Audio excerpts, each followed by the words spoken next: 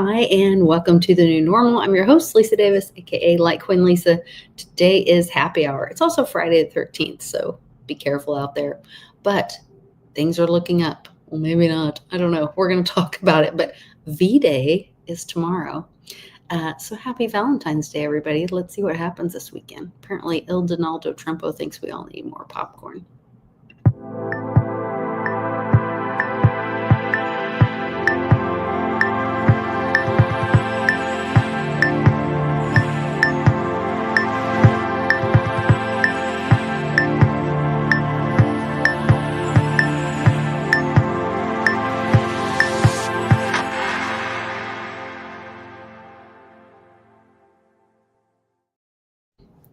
Welcome back, Westwood. Happy Friday the 13th.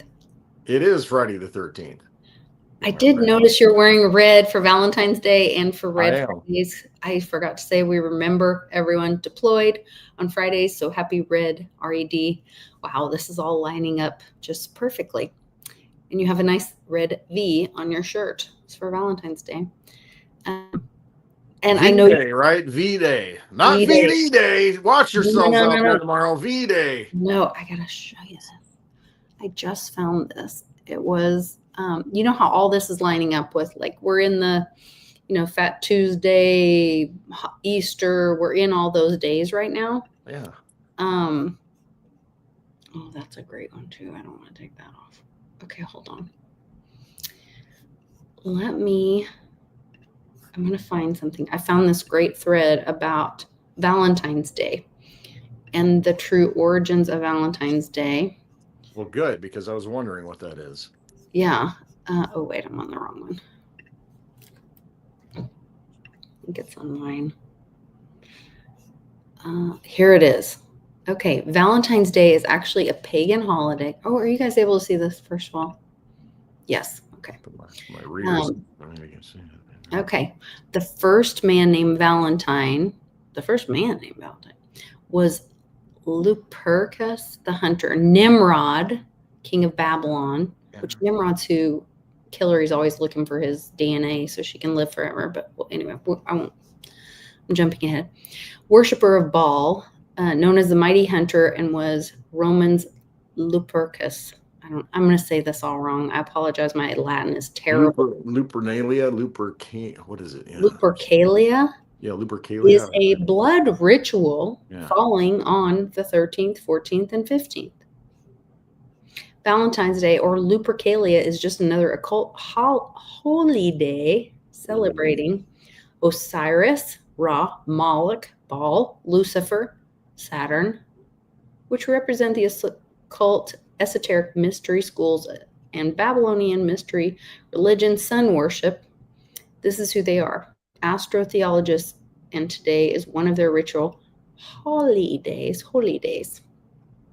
Keep your children close. A sacrifice will be taking place. It started yesterday and continues to the peak, and also tomorrow. Not to mention, last night was a full moon, snow moon. I don't think it was last night. I don't think it was. That might be this might be just information. Then they did it a different year. Right. Because last night wasn't the full moon. We have a full moon coming up. The 3rd, March 3rd. Okay. And a blood moon, of all things, for goodness sakes.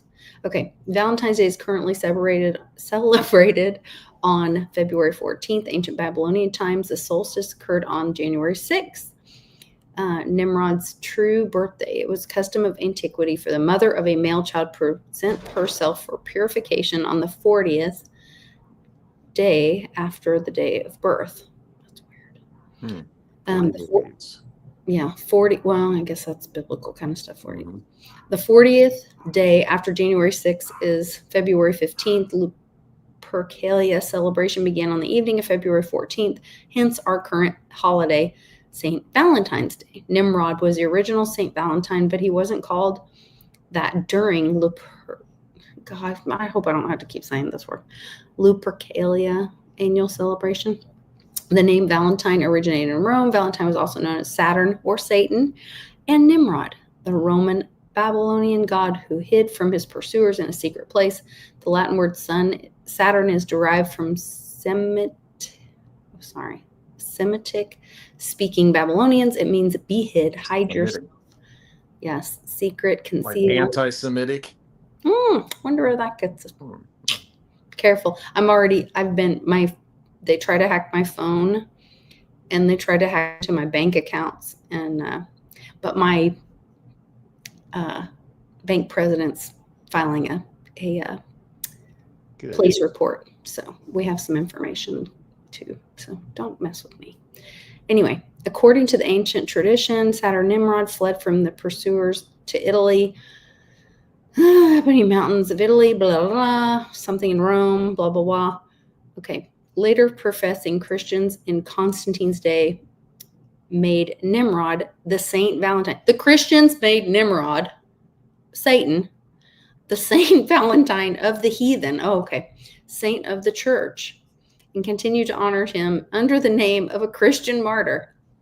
Name stealers. Like, our history is so screwed up. You look at all the holidays, I mean, that we celebrate and make a big deal out of through the media and propaganda, and they always go back to, I mean, so okay, so you've got same coin, but what energy are they really projecting into it? So, they make it a holiday, the church makes it a holiday, but are they really using that day and feeding it the old energy? Right. It's just the illusion. You know what I mean? And it gets you to feed into it too. And so it's this mass ritual that they always do, this ritualistic thing. And they, on the surface, it's flowers and rainbows and, cards and diamonds, chocolates, ribeye steaks. I mean, but beneath it, it's always something deeper. And so we're giving energy to that. And that's how they want it projected into that darker side of things. And so they're using the energy to feed that darker nature of it. But on the surface, oh no, it's just this. But no, it's not really that. It's all ritualistic, all of it. Well, this is where they're tying in. So Nimrod, who is Satan, the hunter, all this. So called him Pan, Baal, and then it goes into the mighty hunter Baal. And this is in Genesis 10:9. This is in the Bible. Then it talks here and it says Nimrod was Lupercus, or wolf hunter. Wolves, yeah, it goes back to Romulus. Remember all the wolf stuff we've been seeing? Yeah. Valentine's Day was set aside by the pagans in his honor. Valentine comes from the Latin word Valentinus, a proper name derived from the word valens, meaning to be strong, as in illustrated in Webster, blah. Another name for Nimrod is Sanctus, or Santa.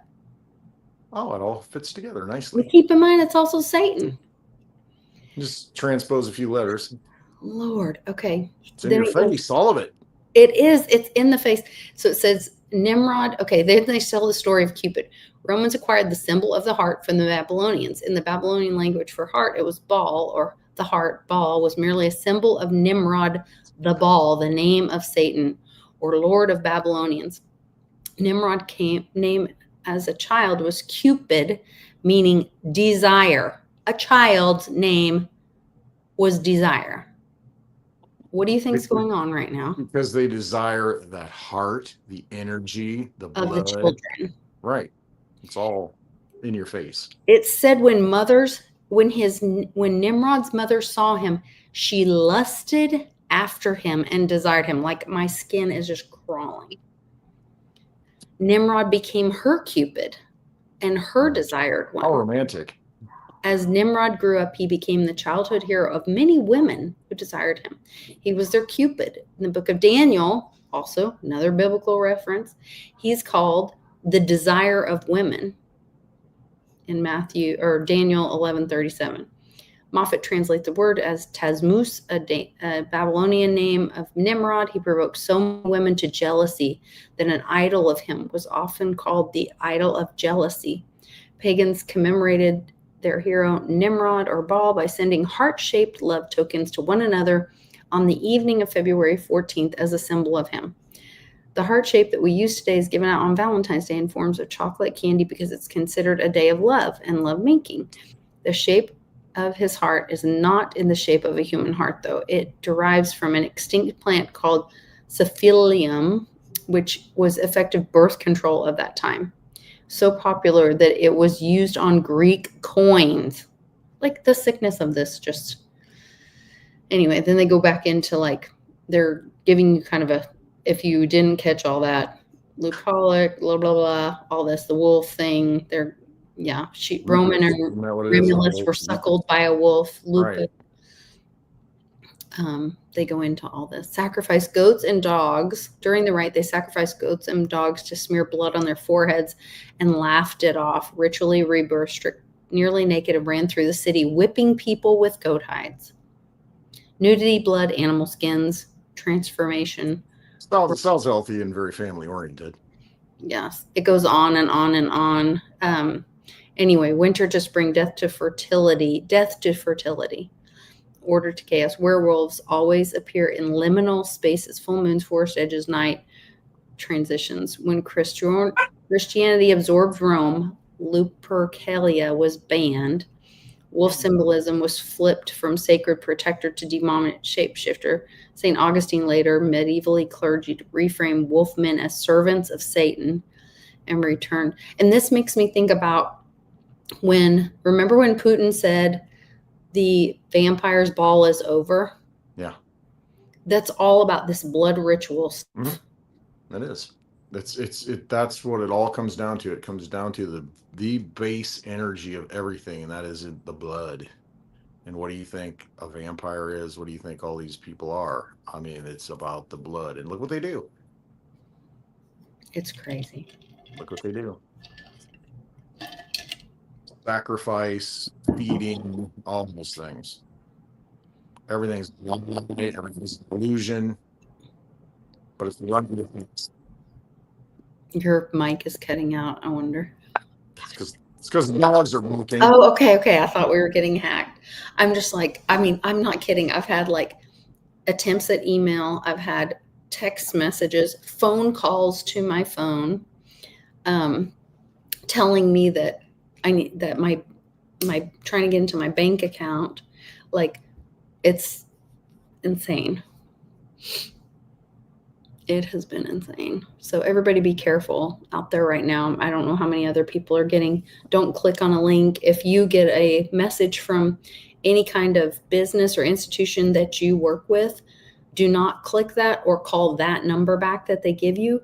You go look up their like main office number and you call that direct line, that main office number, not the direct line that they're giving you. You look out for yourselves and don't give any information out without first knowing who you're giving it to. Make sure that when you know you're saying yes, you're saying no to something else. Oh no, the picture just changed without me touching it. Oh, it's a video. Okay. Anyway, so apparently it's going to be an exciting weekend. Although Bondi did say, all we should care about is $50,000 Dow or whatever, she also apparently walked them into a trap. She gave all of Congress, or not she, but the DOJ and the office of, gave all of Congress completely unredacted access to all Epstein emails. And they gave them a computer to view it on and a login specifically to that congressperson. And then they McAfee'd them and logged everything that each one of them searched. And so they know what they were interested in, what were they looking at, what were they, I'm sure, looking up their own name sometimes. Who knows? It'll be really interesting when all that kind of comes out, but I guess they're flipping out now. So we'll see what comes of that. Well, too bad. Flip out harder. That's right. Yeah, the American people are tired of nothing happening. Exactly. You know, it's really interesting to me. People were like, oh, Donald Trump's in the Epstein files. He's in the, whatever. Well, to me, it's more significant that he's the only sitting politician that's not redacted, that's mentioned in the files. Meanwhile, there's all this redacted for the public and not a single other politician is mentioned. Yeah. Bill Clinton, but he's not sitting currently. Yeah, all those black lines. Yeah, very interesting, very telling. We'll Yep. see what happens. I don't know. Yes, we will. Let it go. Though the heavens may fall. I know. And they said, what did Bondi say? Well, if we unredact it all, the whole thing will fall apart. But then that's what needs to happen. Quit holding up. Pull the Jenga block. Pull Yeah. it. Quit holding up things that are wrong, illegal, unconstitutional, fake, hurting we the people. Quit holding that up. Yeah. It's time for that to go. Give me the truth and I'll deal with it. I will be fine. There you go. Let it stand. Yeah. That was pretty interesting. What else is going on? Hey, you and Dave did a great job. And I really enjoyed it. I've listened to Jared Tate's message about the DigiDollar, and I had some questions, but I always like hearing it from different perspectives too, because hearing it multiple places, you hear the truths match up, but you also hear like questions. And I thought you guys did a really good job. I did write one question to Dave on the, I'll have to go look. Because I wrote a question. Maybe you can help me. I don't know, maybe. Let me go look on Dave's account. DigiDollar. I see him talking about the ratios in the chat. Somebody said it's 1 to 13,500. I saw it at 1 to 13,300. Pretty good range. Litecoin's moved up a little bit compared to Digibyte. Digibyte's kind of floundering right now. Just a matter of time. Yeah. Half a penny, folks. Less than half a penny. Oh, I remember what I asked. Well, I don't remember. I just looked it up. I'm cheating. Hold on, let me share the tab so I can show you guys. They did a great job. If you haven't watched this already, go to Blind Dave Crypto and watch Westwood and Dave explain this. And Westwood had great questions and let Dave really, and you have information about it too. But it was a really good play by play and had great information. And it's pretty concise. It's about an hour long. So it was really good. Very focused. I wanted to ask, because to be able to use the DigiDollar, you have to run a Digibyte core wallet, which I think is a cool thing because it strengthens the network. Yeah. Which, if that's where your investment is, why wouldn't you invest in it yourself? That's what the exchanges run. They run the core wallets. Oh, okay. So when they're holding crypto, that's what they do. They'll run the core wallet from the development teams for that particular cryptocurrency. That's how they manage it and store it, in their storage, I guess you could say. Okay, well, that makes sense too. So you become the safest thing to run, honestly. I mean, because that's right from the core development team of that cryptocurrency. It literally makes you become your own bank. I thought it was really interesting. But I was wondering, what kind of computer? Can you run it on a laptop? Can you run it on a phone? Can you run it? Not a phone. Not a phone. No. Okay. But most not a phono. Okay. Not a phone. Well, we know that guy. But most laptops could, for the most part, facilitate the processing power. It's not the processing power because that's not a big deal. It's more the storage of the blockchain itself, because you have to have the whole blockchain and all the history. That's what makes it powerful, because you're maintaining the entire integrity of the blockchain on that particular node. And so I think Digibyte's blockchain might be the longest blockchain out there, because you got 15-second blocks, because I see. Yeah, you got so many. Bitcoin's going to be shorter, because even though it's been around longer, it's only 10 minutes. Exactly. So in that 10 minutes, you've got 40 times. Well, wait a minute, I don't even know. 4 times, and each minute, times 60. So 4 times as many, and more than that, 40 times, right? I don't know. A lot more. 15-minute blocks, so you're getting, four blocks a minute. And so 40 blocks, for every Bitcoin block. So the blockchain is going to be longer. can do more transactions. Digibyte can. So you'll need more storage space. I mean, I'm sure there's a stat somewhere that shows how long the blockchain is currently. So you'll want to make sure with modern computers, if you go buy a new laptop, I'm sure it'd be fine because, gigabytes are cheap. Now I have another question. Mhm. So like a lot of Mac Air books or whatever, you're linked to, your storage is in the cloud. It's not really on your physical device. That's the problem. So that would be a problem, wouldn't it, for Core? Yeah. You can't, it has to be on that physical device. I think you'll want to have it on the physical device. Yeah. I mean, you could probably theoretically, yeah, but it would have to be like a mapped drive or something, I would think, to where, you make an E drive and I don't know that it'll work on the cloud unless it's set up correctly. Would it be safer to, like, if you had a significant amount or significant loan to yourself, would it be safer to like go buy a Chromebook or not expensive, $300 laptop or something at Sam's? That's what I do.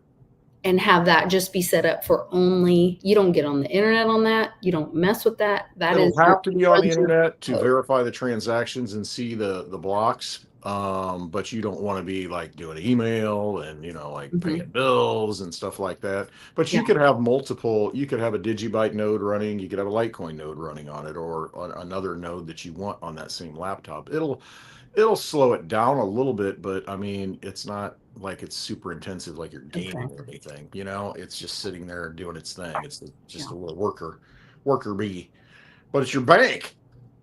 Yeah. And then you can back it up. There's a file in there that you back up, and that's what Dave was getting into last night. You'll back that file up. It's not a seed phrase. Some of them support seed phrases, but I mean, it's a wallet.dat file is usually what it is when a Core wallet is installed. So you'll back that up. You can put it on a thumb drive and throw it in the safe or bury it in the backyard, an airproof container or something like that. And then you can always restore that with that. That's your key. That's it. Okay. Yeah, that's your safety deposit key. Well, and I love that you hold the keys. This is not like when, we saw a lot of these kind of setups, kind of like Celsius and whatever, and you put your whatever in a pool and then people got rugged and hurt and whatever. Right. But this is, you're making the commitment. Yep. I wasn't teasing. I was asking Jared, I said, is that kind of like fractional reserve lending, but for we the people? Like, are we spending out? Because it's like a ratio of how much loan you can take for how much you either put in or time lock. Yep. And then, but then you're only it's over collateralized. Yep. Using that word. Yep. So you put in more than what you take out, but then you lock that down. Yep. And then at whatever time, well, no, you have to wait. You have to wait for the term to end before you can unlock the Digibyte. So if even if the price of it goes up, right, to pay your thing off, doesn't matter. It won't unlock. That Digibyte's locked up. Okay. I mean, so if you take a 10-year loan on it, like Dave's talking about doing, let's say you take 1 million Digibyte and borrow against it for 10 years, you have to over collateralize it. So you're only going to be able to take out 500,000 and move that into the DigiDollar. So that million is locked up, if I'm understanding it right. So it's locked up for 10 years and it can't hit the market. And I mean, it's locked. So that's $1 million off of the market. $500,000 if you. I mean, if that's what it is. I mean, if Digibyte's $1. Yeah, if Digibyte. Oh, but Digibyte has to be $1. Yeah, it's based on at the time that you take it. It will. The price of Digibyte will buy a DigiDollar equal to $1. So let's say Digibyte's 20 cents. So you would have to have, in order to have $1, it would take 5 Digibyte. Okay, I see. And that would be a 1 DigiDollar, and then you'd lock up the appropriate Digibyte in, however long, whatever the term is, and over collateralize it. So, but that's locked up. I mean, it's not like it's sitting on an exchange to where they can manipulate it and then rug pull you. It's like it's there, it's in your wallet. Only you can unlock it at the time when it's able to be unlocked. You can go spend the money. It's also a 0 interest loan, basically. Right. You're just taking your collateral and saying like equity out of your house, but you're not paying interest on it like you do to the bank. You're actually taking it out. You're over collateralizing it with your own collateral. that's locked up and safe, and it can't be unlocked by anybody but you. And so if the price goes up, which inevitably it will if more people use it, because you're constricting the supply, as more Right. people use it and lock it up, the supply gets less. And so it becomes more valuable. And so it kind of feeds on itself. And then, like Dave's saying, on a secondary market, you can say, you know what? I'm never going to pay this back. I've got my money. I'm happy. Whatever. I don't care anymore. And you can sell someone that term, Mhm. that locked up digibyte that you don't want to wait. It's like, I got my money now, I'm never going to pay it off, and I don't want to wait any longer. It's 5 years down the road before it unlocks. Somebody can buy that in whatever price you want to sell it to them for, That's a free and market. they may say, hey, I got all the time in the world, I'm 21 years old, and it's like, I know it's going to be worth more in 5 years, and yeah, and so then they'll unlock that digibyte, for a discounted rate, 5 years in the past, or waiting for the future. So there's a lot of things that can go on with that, and it creates a its own marketplace. So I Yeah, think it was that really is what brilliant because it, I struggled with it at first, it takes when a I lot of didn't have talking any and listening, and then kind of information on it. Yeah, internalize. before I listened to Jared, Yeah. and I was like, okay, it's not associated with the dollar. You can't say you're a stable coin if you're not holding dollars, but it's not a stable coin. It's Mm. not a stable coin in the definition of it. It's pegged to the dollar. When you take it out, the amount of digibyte is pegged to the dollar price of the day. But when At you that pay day. it back, Yeah. it's the same dollar price to pay back. So if digibyte goes up, and so what I like about it is the timeline that they have right now. You can do it on testnet, but once it goes live on the Digibyte network, and it looks like it's going to be sometime in May, maybe the beginning of June, somewhere in there, live, a lot of people are going to be experimenting with it, locking it up for a month, just kind of see and Oh, play yeah. with it. And That's then a as great. more people start doing that, it's going to make it a lot easier to internalize, and you'll be able to do it yourself. Just play around with it and do it and see, and then it'll make sense as it gets more use. And then you'll kind of get the feel of, okay, well, and as I talk about it, it makes more and more sense to me. Like Dave Yeah. says, he says, I can't think of a negative, and he's a guy that can, poke holes in a lot of stuff Yeah, and he's analyze. He really says, had a I lot can't of think great. of anything wrong. Yeah, he and I were messaging about it early on, and I was like, "This doesn't smell right to me. I don't know about that." And Right. he did the research and Yep. really dug in and asked those questions. And then you guys did that great video, that kind of really, I don't know, solidified some of that stuff for me. So anyway, Yeah. none of this is financial advice. I don't know why I Right. should even Right. say Go to that. digibyte.io, and they've Think for got a yourself. wealth of resources out there explaining the digidollar. There's a whole page on it, and it goes through all that stuff and all the terms, what you would go and how you collateralize it and the whole concept. And it's really informative. So Yeah. So we do have one question before we go.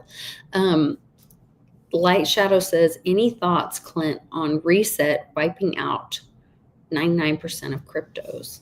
Because that um is in Cliff High's data. yeah, I think that will happen. I mean, you will see the things that work, and that's why I like what Digibyte's doing, because obviously it's going to be a use case, something that's valuable for the people going forward, to where it's like what you're saying, Lisa, maybe almost in the reverse effect, to where it's Mm. um a deflationary we're used to the fiat system, to where you print, what did you call it, tell the Jared, what was the term you used? You said it Fractional reserve. sounds like Mhm. fractional reserve. It's almost like Yeah, defractional reserves. I mean, defractional. Okay. because it's like, I mean, the fractions change because it's over collateralized, and it makes it more scarce, as opposed Yeah. to fiat making it less. I mean, That's what I more of was it. trying to explain Yeah, in my comment, was like reverse but fractional reserve. you're right though Only, in that thinking. you know, Yeah, it's just a yeah. better way of doing it. It's a reverse of fractional reserve banking, but you are able to create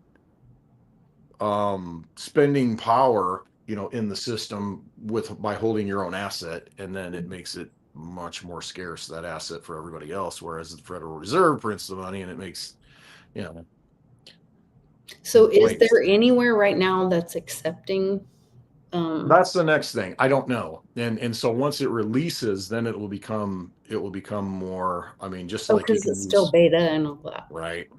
Okay. Right. So Cool. they are having discussions with a lot of different groups as far as doing that.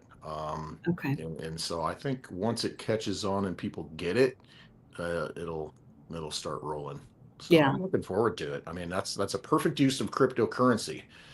I mean, it's just one of those things to where, it empowers the individual. And that's what crypto is invented for, empowering the individual, outside of financial institutions and governments. And you can create your own digibyte by running a little miner. Yeah. I mean, just by putting it to work. And I mean, you make your own digi, Oh, so while you're running that node, you're making Digibyte as well. not necessarily. You'll need a miner, which is a separate Okay. piece of equipment. Separate. Yeah. But Yeah. you could marry the two, Yeah, right? just set up a little spot. I don't know if you can mine. Can you mine while you're running a node? I don't think the node itself, like if you're running a core wallet, does any mining. I mean, Okay. Bitcoin did early in the day, and I think That's Litecoin what I did was too. thinking. And I Yeah. don't know. That's a good question. Yeah, I don't know. That would be really You might cool be to able just to, be but the like saving firepower up. That'd be with the awesome if you were saving or right, you got mining this bank, Digibyte. generating new and and then loaning and doing all this stuff. Yeah, Yeah, that might be paying off at least part of it or paying that would towards it be. or whatever. Like, I'm not sure about that. that'd Yeah, be interesting. Maybe we can have Jared on sometime and pick his right. brain. That'd be pretty interesting if you could, do a little side hustle on the core wallet and do a little mining at the same time, right? That'd be awesome. I don't know. Very interesting. The other thing that I thought was really cool. So, had a crazy couple days and we're all busy. But I missed your live with Dave, but then I watched it later, and it was so funny because Johnny and I did a live around, I don't know, 7 or 8 o'clock at night last night. And where we kept going back to, which organically I was not planning on this in our conversation at all, was as we see money being destroyed through where it's, basically it's only used to bribe people and pay people off. And, but it's more about us getting back to bartering and talking.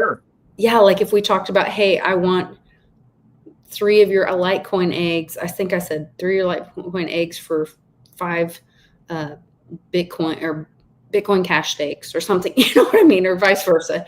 And if we stop talking about it in US dollar, then that starts becoming that decoupling, like we're seeing silver, paper, and physical silver decoupling.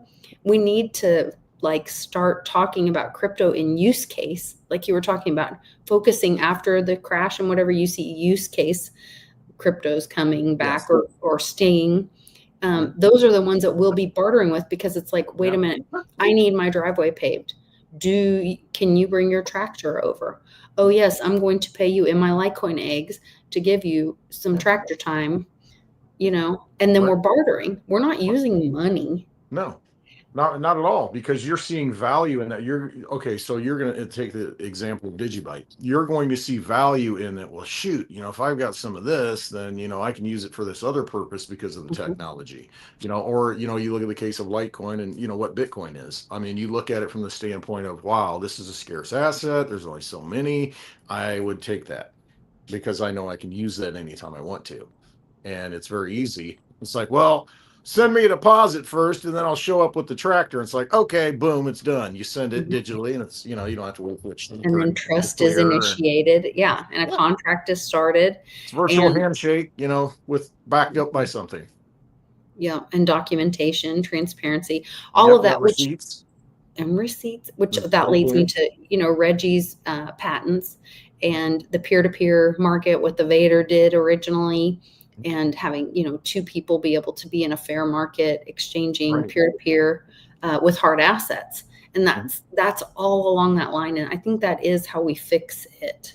Yeah, I think that's where it has to go. And yes, to answer Light Shadow, yeah, I don't know if it's 99%, it might be 98.17% that goes away. But yeah, I mean, I definitely see that, that speculation of that hope that, oh, this is going to do this. Oh, someday this is going to do this. And it's going to be down to the tried and true things that are real, that work, that are going to survive this. And because I think this is just how I envision it. This is kind of how I'm manifesting it in my own life. There's going to be a quest for, as we go forward, in this crazy world where everything's changing constantly, there's going to be a quest for solidity, grounding, things that work, things that you can rely on, as opposed to everything's And been so ethereal, scattered, fractured, fractionalized, mistrust, right. distrust, And so we want failure. things that are solid going Mhm. forward. And I think there's going to be a big value on those things. Having the DVD on the shelf instead of trying to find it on the streaming platform, pulling the book off the shelf, seeing a live performance, being with real people. I think those are things that are going to be the human spirit, having been, what we're going through is going to starve for that going forward, especially with this digital framework, this AI, these robots, and all these things. There's going to be a thirsting and the pendulum swinging back to humanity wanting to be around real things Yeah. that work, that have value, and I think that's where we're going. That you So a can lot of touch, things are feel, going to get see, swept away. smell. Yeah, all those. Our Yeah. senses are going to matter again. Yeah, absolutely. Kind of in line with we were going with the money going away, or the stop talking about it as money, but think of it as exchanging hard assets. Texas on Friday, no, on the 11th, whenever the 11th was. So I think that was Wednesday, but said that the state has launched a state branded 1 ounce gold and silver bullion product that will be sold via the Texas Comptroller's Office with distribution custody options integrated. Nice. And the Texas Bullion Depository, with the Texas Bullion Depository, according to the details provided by the program's manufacturer. So this to me is, remember during the Great Infection when I was screaming and yelling about how all these states were making the laws about gold and silver legal tender, and then also backing their state treasuries with gold and silver. I know in Oklahoma, people are giving Governor Stitt shit because I think he and Elon he and Donald Trump are having their Elon moment where it's like, oh, who's going to land on your side? Who's going to land on my side? Mm-hmm. And most likely it's a game, but I don't know because I don't know anything. But well, it definitely opens a discussion up and gets people talking and thinking and doing a little research. And well, wait a minute, whose side are you on? And then it outs them for being on somebody's side. And it's like, anyway, so be careful, little ears, what you hear, be careful, little eyes, what you see. But during that time and during the Great Infection, Governor Stitt did a lot of things for Oklahoma that were very constitutional. He protected us from, a lot of the mandates and, refused to enable those. And he stayed very constitutional, a lot of that. And then on top of it, he did make great efforts to back our state treasury with physical gold and silver. And so I would not be surprised if more states weren't doing this or prepared to do something similar to this and have we're not money. We're not the Fed. Uh-huh. And if you are not money and not the Fed, then guess what? You're outside of their systems. So that means those laws that they set up for those Fed dollars don't apply to you. Right. And the biggest bully of them all, we know that 3-letter agency. Yeah. Yes, we do. We all do. So I don't know. I'm kind of excited because it's not Toys R Us. It's R Us. That's right. Yeah. Or this one. I don't know. Yeah. Right. I might be being inappropriate, but I think everybody kind of feels the same way. Got a mote in my eye. Yeah. Sorry. Got a blank in my eye. Yeah. So I don't know. It's, so many of us have known about like the children. It's all been about the children for so long. And now to see it finally coming out in Normie land, and they're just like, oh, I'm like, what do you think you've been listening to? What do you think Billie Eilish has been singing about for years? I know. Yeah. You look at the words, the music, the holidays, all this. I mean, all of these things that have been projected out, and you realize that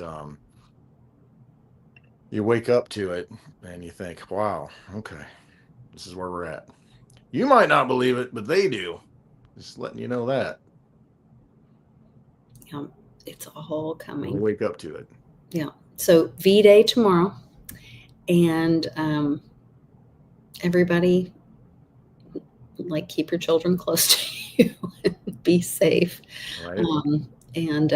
Yeah, the world is a crazy place right now, but I think more of it is being exposed, and that's what it has to happen for it to stop. Yeah, it does. I mean, you have to reveal the truth at some point, and that's all the apocalypse is the revelation of knowledge, the revelation of truth. And so don't look at it as a bad thing. Look at it as a good thing.